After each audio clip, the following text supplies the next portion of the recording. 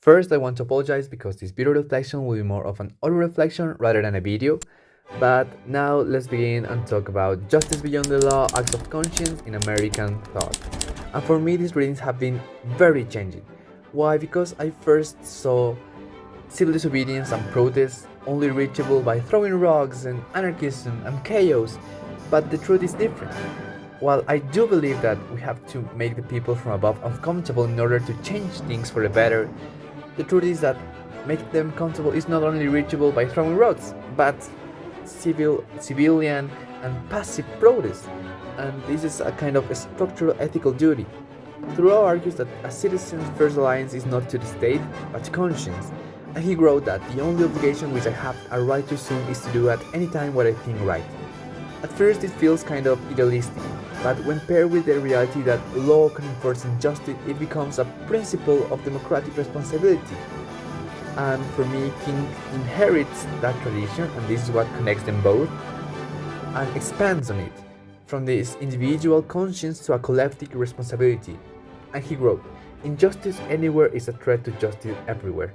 And he grounding civilian disobedience in solidarity, not in isolation.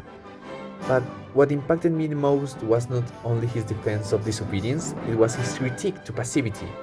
King argues that the greatest obstacle wasn't expression, but the white moderate, more devoted to order and to justice, those who claim to support the cause but refuse to act for it. And this struck me deeply, especially as someone who studies law and politics, and sees how often neutrality protects the status quo, as we've seen a long time in history and right now in Ecuador. And in other words, this singer and songwriter Silvio Rodríguez wrote, "Los amores cobardes no llegan a amores ni historias se quedan allí, ni siquiera recuerdos puede salvar." And while this is talking about love, we can take this and take it to the context of civilian disobedience, and it connects because moderation in the face of injustice isn't violence, it's abandonment dressed as civility.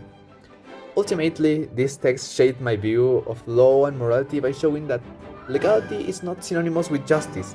Laws can protect oppression just as easily as rights, and civil disobedience then becomes not rebellion against law, but an act of fidelity to a higher ethical order, an order of human dignity, conscience, and justice itself.